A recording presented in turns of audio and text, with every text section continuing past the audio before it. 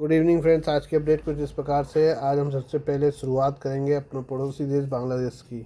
बांग्लादेश में बीते साल शेख हसीना की सरकार गिरने के बाद से सियासी घटनाक्रम लगातार बदल रहा है। बीते कुछ महीनों में कई बड़े प्रदर्शन देख चुके ढाका से अब नई उठापटक की आहट आ रही है। इस उठापटक की वजह खलीलुर रहमान को राष्ट्रीय सुरक्षा सलाहकार NSA बनाया जा रहा है। बांग्लादेश में 9 अप्रैल को अचानक ये नियुक्ति कर दी गई। मोहम्मद यूनुस की सरकार ने ये नियुक्ति ऐसे समय की जब आर्मी चीफ वकार उस जमा देश से बाहर थे। जमा इस नियुक्ति से नाराज बताए जा रहे हैं।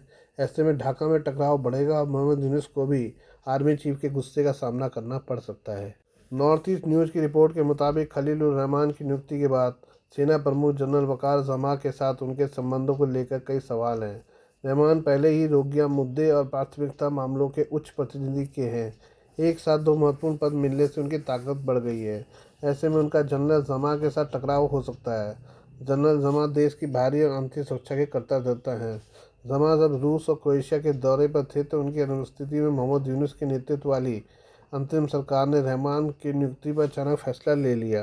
बांग्लादेश की राजनीतिक विश्लेषकों का कहना है कि रहमान के NSA बनने से सेना प्रमुख के साथ उनका टकराव होना तय है।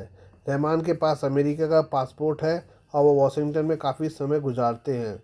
सुप्रीम कोर्ट के वकील मेजर सेवानिवृत्त सरवर हुसैन का कहना है कि यूनुस सरकार का यह कदम खलीलुर रहमान को भारत के अजीत डोभाल की तरह पेश करने की कोशिश लगती है। हुसैन ने कहा कि यूनुस के दिमाग में शायद रहमान और जनरल जमा के बीच शक्ति संतुलन बनाने का विचार रहा होगा, लेकिन इस नियुक्ति को रद्द किया जाना चाहिए। बांग्लादेश के राष्ट्रीय सुरक्षा सलाहकार का पद किसी पूर्व सेना के अधिकारी या अनुभवी वरिष्ठ राजनयिक को दिया जाना चाहिए। मुझे नहीं लगता कि रहमान इस सीनियर पद के लिए सही शख्स हैं। रहमान पूर्व में भी कई विवादों से घिरे रहे हैं। नाम 2001 में एक महिला सरकारी कर्मचारी की हत्या में भी उछला था। इस पर बात करते हुए हुसैन ने कहा कि रहमान को यह पद सौंपने से पहले उनकी पृष्ठभूमि की अच्छी तरह से जांच होनी चाहिए थी। हैरानी है कि यूनुस सरकार ने NSA की नियुक्ति से पहले ना जांच की और न ही कोई उच्च स्तरीय परामर्श किया। इससे शक तो गहराता ही है। ढाका के राजनीतिक विश्लेषकों नजमुल हसन कलीमुल्लाह ने रहमान को NSA बनाए जाने पर कहा, मोहम्मद यूनुस की अंतिम सरकार में खलीलुर रहमान सहित कम से कम 8 सलाहकार विदेशी पासपोर्ट धारक हैं। ये किसी सरकार के लिए अच्छी समझ नहीं बनाता है। रहमान का झुकाव अमेरिकी सुरक्षा हितों की तरफ रहा है। ऐसे में नियुक्ति के बाद उनके फैसले भी विवाद की वजह बन सकते हैं। ये हम बात करते हैं चीन की। चीन के खिलाफ 145% टैरिफ लगाकर डोनाल्ड ट्रंप ने दुनिया के बाकी देशों के खिलाफ लगाए गए टैरिफ को 90 दिनों के लिए रोक लिया है। यानी जियो पॉलिटिक्स और ग्लोबल इकोनॉमिक्स के केंद्र में एक बार फिर अमेरिका और चीन ट्रेड वॉर पर आ गए हैं। लेकिन इस बार हालात थोड़े अलग हैं, क्योंकि अब अमेरिका के व्हाइट हाउस में डोनाल्ड ट्रंप है और उनके एजेंडे का मुख्य केंद्र है चीन को झुका दो और अमेरिका को फिर से महान बनाओ। इस बार युद्ध सिर्फ टैरिफ तक सीमित नहीं है, बल्कि यह ट्रंप प्रशासन के नेतृत्व में अमेरिकी रणनीति का बदलाव है, जिसका आखिरी और एकमात्र मकसद चीन की तकनीकी महाशक्ति बनने की महत्वाकांक्षा को रोकने का एक गहरा खेल है।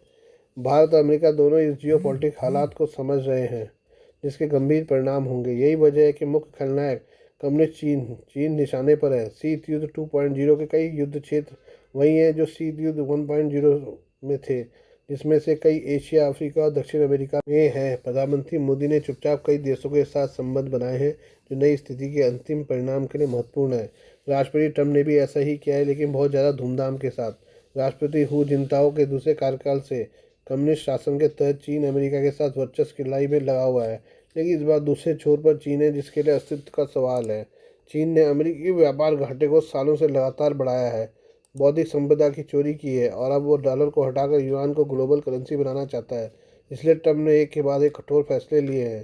चीन से आने वाले इलेक्ट्रॉनिक, स्टील और ऑटोमोबाइल्स पर भारी भरकम टैरिफ लगाया गया है। अमेरिकी कंपनियां चीन से उत्पादन हटाकर भारत, वियतनाम या अमेरिका ले जाने के लिए मजबूर हो रहे हैं।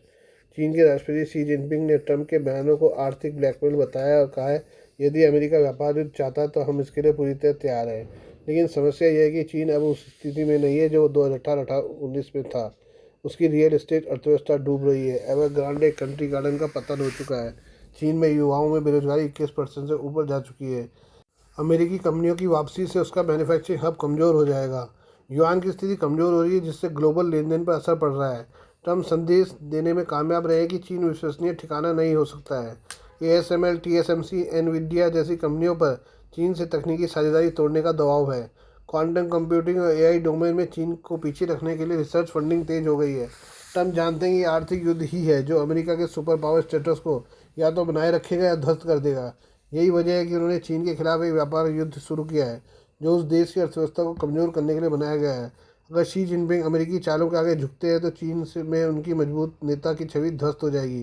वो अपना तीसरा कार्यकाल खो सकते हैं। हालांकि अभी तक अमेरिका टैरिफ का जवाब चीन ने टैरिफ से ही दिया है, लेकिन यह शर्त लगाई जा रही है कि आखिरकार चीन को ही झुकना पड़ेगा। हालांकि ट्रंप के टैरिफ के खिलाफ चीन समर्थित कई ग्लोबल मीडिया हाउस में नेगेटिव प्रोपेगेंडा चल रहा है, जिसका मकसद अमेरिकी संसद में ट्रंप को कमज़ोर साबित करना है। दुनिया भर के कई समाचार चैनलों ने उनके टैरिफ विराम को उनके उल्टे रास्ते के रूप में पेश किया है, लेकिन हकीकत यह है कि ट्रंप का टैरिफ युद्ध एक सोची समझी रणनीति का हिस्सा है। ये भारत के लिए सुनहरा मौका बना है। एप्पल, सैमसंग, डेल और एचपी जैसी कंपनियां भारत में निवेश बढ़ा रही हैं। Bharat America tech trade pact के तहत रिसर्च एंड डेवलपमेंट साझा की जा रही है। सेमीकंडक्टर मैन्युफैक्चरिंग में भारत को विशेष प्रोत्साहन मिल रहा है। ट्रंप ने लगातार भारत को टैरिफ किंग बताया, फिर भी भारत के खिलाफ 26% का ही टैरिफ रखा। इसके अलावा भारत और ट्रंप प्रशासन के बीच व्यापार को लेकर बातचीत चल रही है, जिससे दोनों देश एक समझौते तक पहुंच सकते हैं, जिसका नतीजा दोनों के लिए शानदार साबित होगा।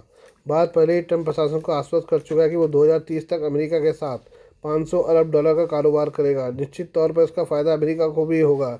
यदि डोनाल्ड ट्रंप ने टैरिफ के जरिए से चीनी प्रणाली को नीचा दिखाने के लिए अपने मिशन में सफल हो जाते हैं तो उनका नाम इतिहास के पन्नों में अमेरिका के सबसे महत्वपूर्ण राजपूतों में से एक के रूप में दर्ज किया जाएगा और उनकी छवि माउंट रशमोर की चट्टान पर उकेरी जाएगी। ये दो महाशक्तियों के बीच आर्थिक युद्ध है, बहुत कुछ दांव पर है। लिहाजा ये लड़ाई आसान नहीं है, लेकिन इतना तय है कि इसका परिणाम ग्लोबल ऑर्डर को हमेशा के लिए बदल कर रख देगा। बांग्लादेश की एक अदालत ने पूर्व प्रधानमंत्री शेख हसीना, उसकी बहन शेख रिहाना के बच्चों रादवान मुजीब सिद्दीकी बॉबी और आजमीना सिद्दीकी, ब्रिटेन की सांसद ट्यूलिप रिजवाना सिद्दीकी और 48 अन्य लोगों को गिरफ्तार करने के आदेश जारी किए हैं। राजधानी ढाका की अदालत ने इन सभी लोगों के खिलाफ राजनीतिक सत्ता का दुरुपयोग करके राजुक से 30 कट्टा जमीन के कथित अवैध अधिग्रहण के सिलसिले में गिरफ्तारी वारंट जारी किया है। बांग्लादेशी मीडिया रिपोर्ट के मुताबिक ढाका मेट्रोपॉलिटन के वरिष्ठ विशेष न्यायाधीश जाकिर हुसैन गालिब ने भ्रष्टाचार निरोधक आयोग एसीसी की तरफ से दायर 3 अलग अलग आरोप पत्र पर संज्ञान लिया और आरोपियों के अदालत से गैर हाजिर रहने की वजह से गिरफ्तार वारंट जारी किए हैं।